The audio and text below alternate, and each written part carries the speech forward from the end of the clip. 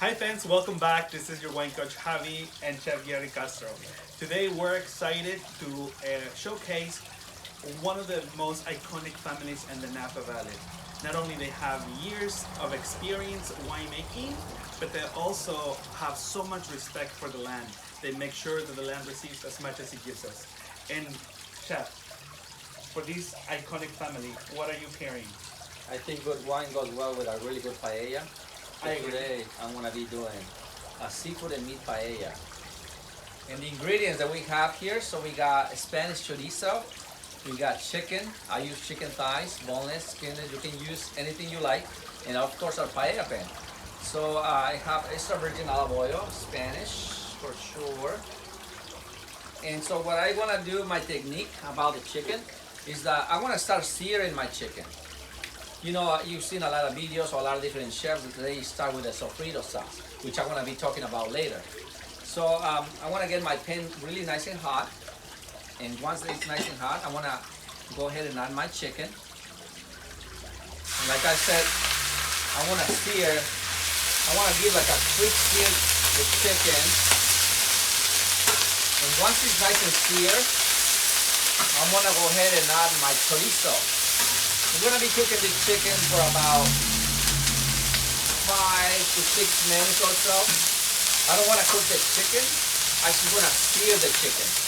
Because once we get going and adding the chorizo, it's gonna continue cooking to the end of the paella. And you don't wanna end it up with a dry chicken, which will be really bad. As you can tell now, the chicken is getting nice and seared, but it's still pretty raw.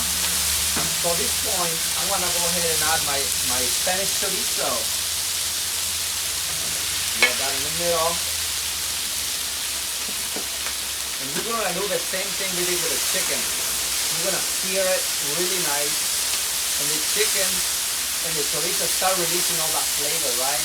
Like all the fat from the chorizo and all the fat from the chicken will give a really nice flavorful sauce.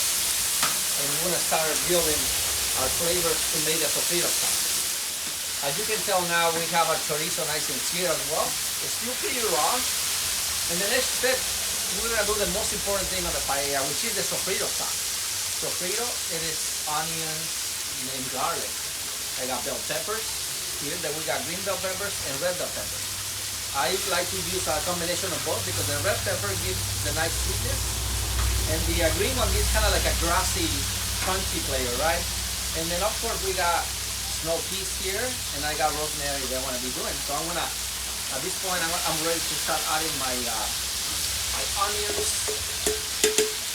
with our garlic. I want to kind of cook this down and spread it out a little bit down for like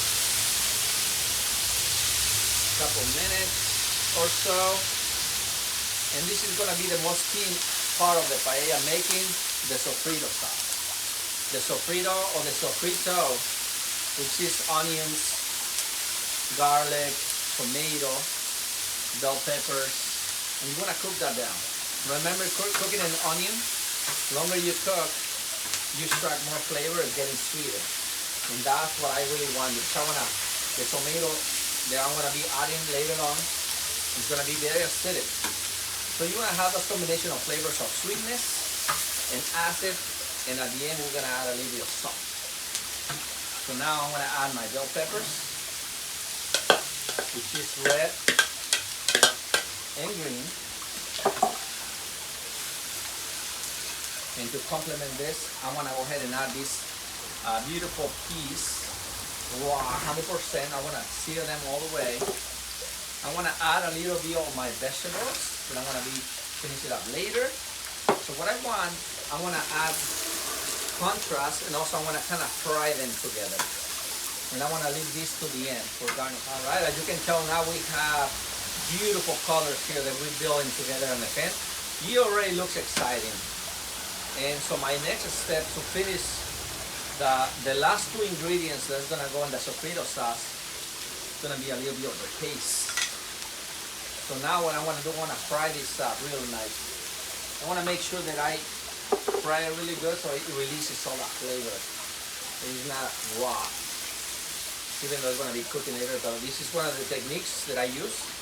So when I make paella. And like I said, there is no secret. A lot of people ask me, what is the secret about making paella?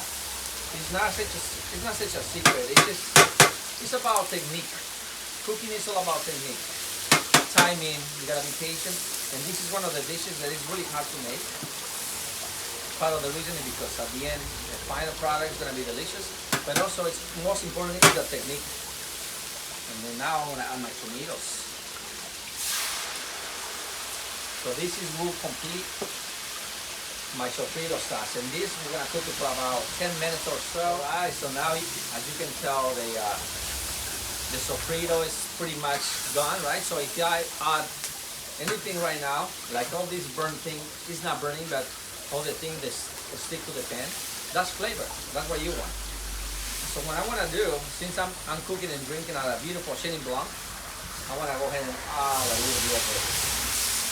And I want to go ahead and add a little bit more. Because what I'm going to do right now, I want to deglaze the pan. It's like making risotto, remember. You eat good stuff, and right now I have really high-end ingredients that I always source and I support our local economy. I want to go ahead and add the things that we do best in the valley, wine. So as you can tell right now, I deglaze the pan. I want to add my chicken stock.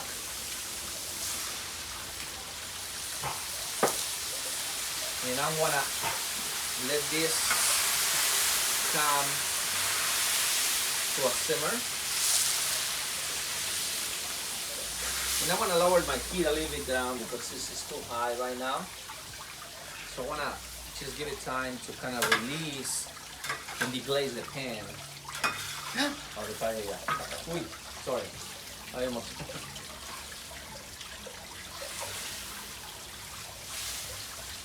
So now I'm gonna go ahead and add my risotto rice. Actually, not my risotto. This is bomba rice, which is the best paella rice from Spain. You're gonna make sure that you wanna use the right ingredients, right? I've seen a lot of people that use basmati rice. They use risotto. It works, but for me, I like to be original. I like to use the ingredients because remember, more flavor, more water of the rice will take, it's more flavor that you want to get at the end result. So what I'm doing right now, I'm going to spread this out really wisely. And like I said, I'm making this for all our friends and family, but I could have done like it's really small. The only thing that I do is when I make paella, I like to feed everybody. I like to make sure that everybody's fed. Now, I got the chicken stock. I got my rice. I want to go ahead and add a little bit of the saffron. It's like about half an ounce. That's going to give the most amazing flavor. And I got from the market today, I got little neck clams, I got New Zealand mussels, and I got head-on shrimp, which is amazing because here, when I add this to the pan, you're going to be making also the seafood stuff. And that's flavor. So I'm going to go ahead and add my little neck clams real fast.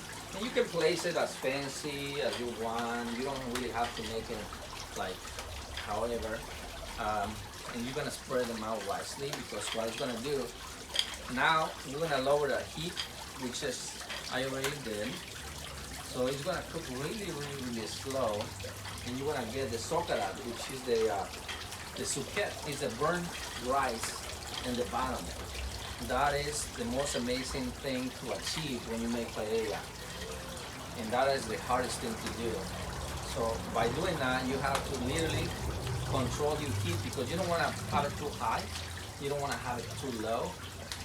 If it's too high, it's going to burn. If it's too low, it's not going to be continuing cooking. So what I'm doing now, you might probably think, well, by the time this rice is cooked, the shrimp and the seafood will be completely overcooked, completely raw, because what I'm placing it is right on the top. I'm placing the seafood on the top, so what it's going to be cooking is with the steam. It's not going to be direct heat. And like I was talking about earlier, it's about technique. And that is how I make my paella. And it's going to be amazing. So that whole process usually takes like about an hour and a half to 2 hours. I have done this for like 1,000 people, which I have to do 10 of these. at the same time live fire, which is amazing because it gives a lot of the smokiness from the wood. But here we are in a home, so we cannot do live fire at the moment. And I'm gonna, like I said, a head-on shrimp, and this, you're just gonna place it right over. And this, when it cooks down with all the amazing flavor, it's gonna, you're making the stock at the same time, like I said earlier, with all the shells. And in Spain, that's what they do. They do the shrimp head on. So when you eat it, you also eat all that beautiful juice that comes from the head of the shrimp. And that is how I made my paella. I place all my seafood. I lower my heat. So now what I'm gonna do, since the wind is blowing a little strong, I wanna make sure that I cook everything really, really nice on the top. And I wanna put a little bit of oil. Normally, I don't do this because if the day is beautiful and the wind is not blowing as hard, I would just let it be. Or if you do it a live fire paella, you don't need to do this. But in this case, the wind is a little strong, so I want to go ahead and cover it up all the way and let it cook for about half an hour or so. Like I said, it might take a little less, 20 minutes. Usually the rice takes like about 20 minutes or so, but it also depends on the wind. So the wind is a little windy right now, and I want to go ahead and cover it. We just let it cook for about 20 minutes or so. And here we got our amazing paella that we have cooked for about 2 hours. I'm ready to serve and taste it with this amazing Michael Mondavi wine that we're gonna be tasting this amazing paella. And Javy, I'm so excited for you to taste it. Chef, I've been Look at that waiting sauce. for this.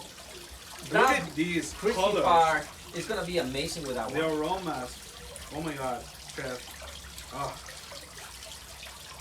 How do you eat the shrimp? Show everyone how do you eat the shrimp. Cut the head off, eat it like you never eat a shrimp before in your life. That's what we do. Sometimes I eat with my hands. Who cares? It's all about the flavors.